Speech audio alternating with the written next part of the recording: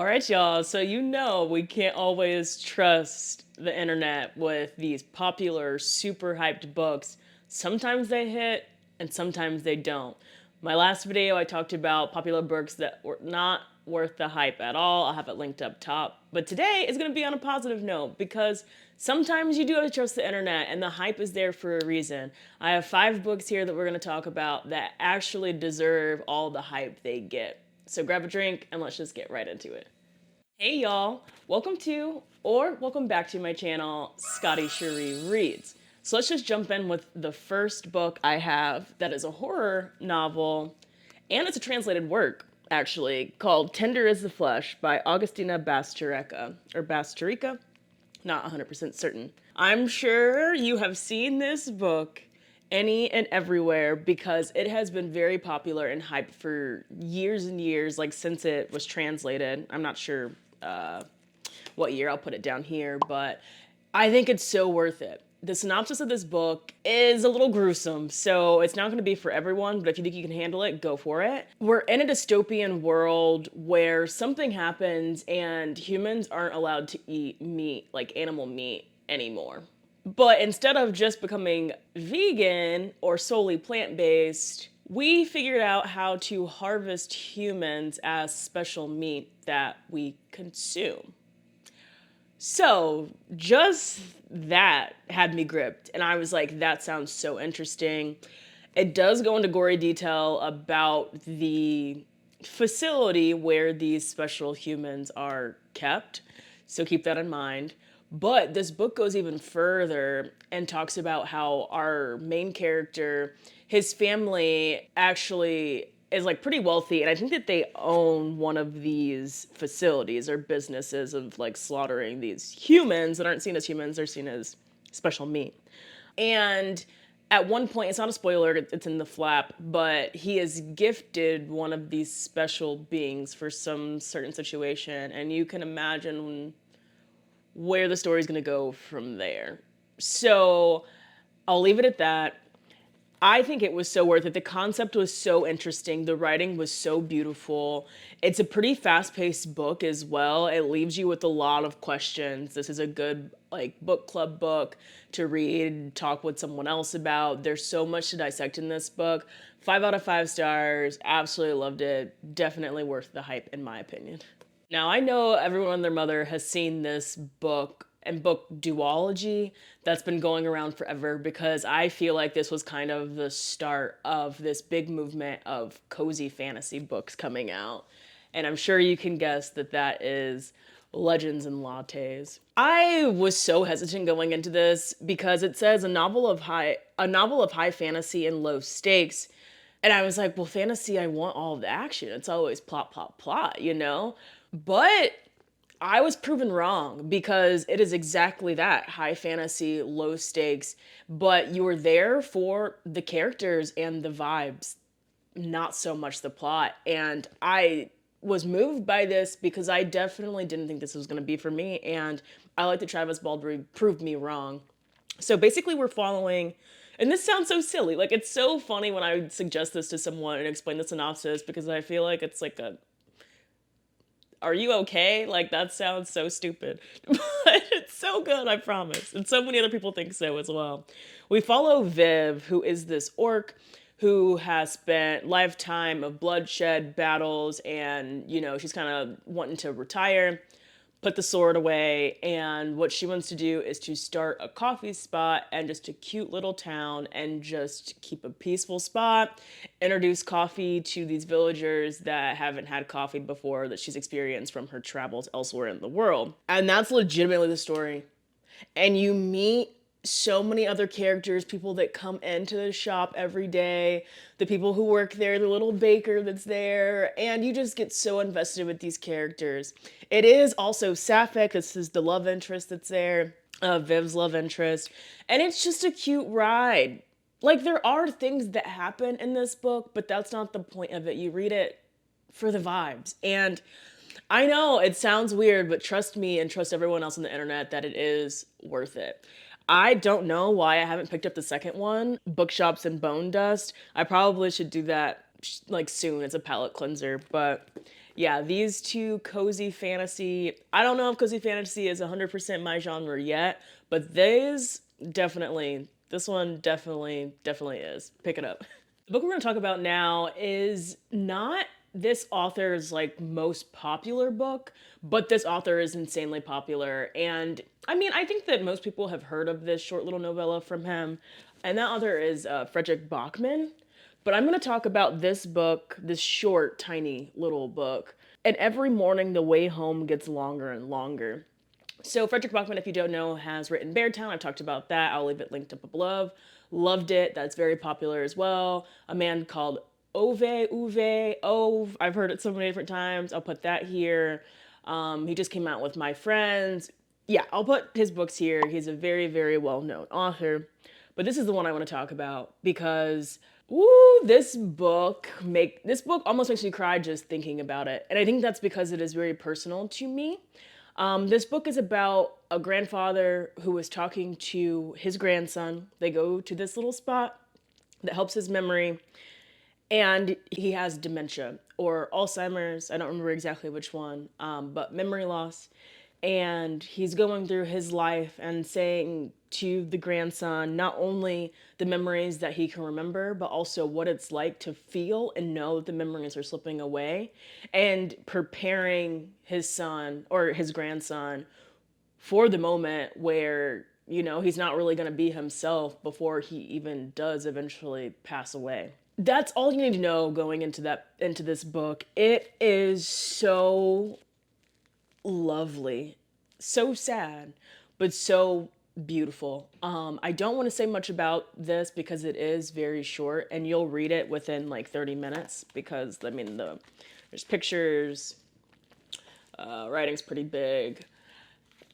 But I think about this book all the time. I cried so much. I just don't know how Frederick Bachman wrote this in such a short amount of time, and it hit me like sobbing. Like I mean, there's books where you have a little tear, but like this was one where I was actively reading through the end, and I could not stop. And that happens every time. And like I said, I literally get choked up just thinking about it. I was sitting here just trying to decide if I wanted to read the synopsis for you or just summarize it myself, and started to read it and was like, nope, I'm not going to be able to get through it. So, yeah, if that sounds interesting, definitely pick it up.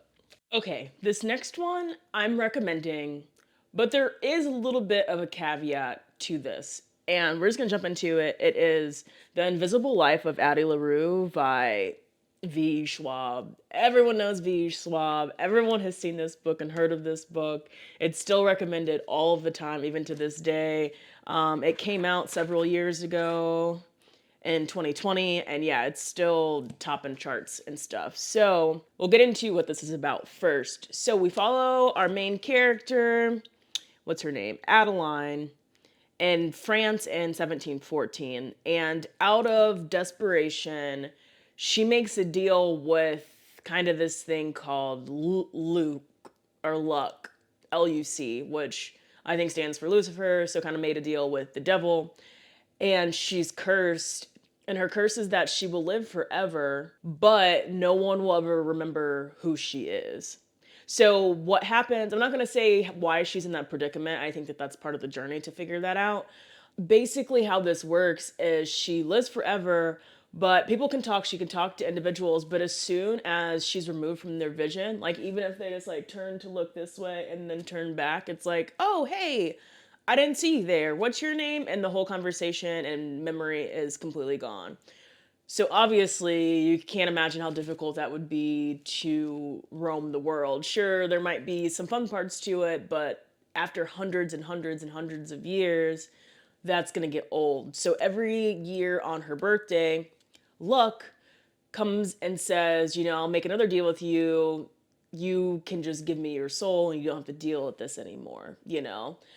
And we're going through and she's getting kind of tired until one day, for some reason, there's someone in like a bookstore that does remember her. And we go from there. So this was such a cool idea, and I think that it was executed very well.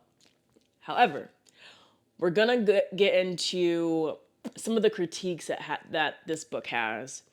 I agree with them for sure. But in terms of the writing and the experience and how I felt about this book, I loved it. So I think I'm still going to suggest it, but I want you to be aware of this when you're reading it.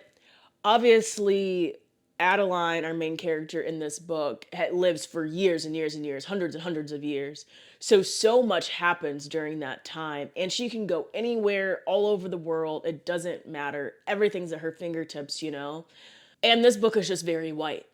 They don't go to any place outside of Europe and America. Certain events are just the ones that the mainstream American, school systems want to tell you about a little bit. Nothing about, like, not much about Black people, Indigenous people. This book could have been so big.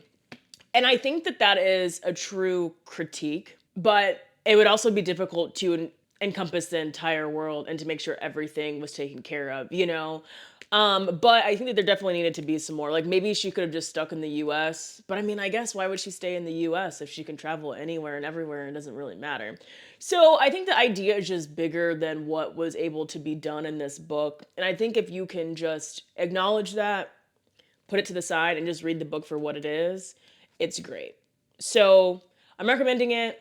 I think when anyone recommends this, be aware of that and have those conversations. I want to look and see if V. Schwab has responded to this critique, because this is the biggest critique I think I've seen.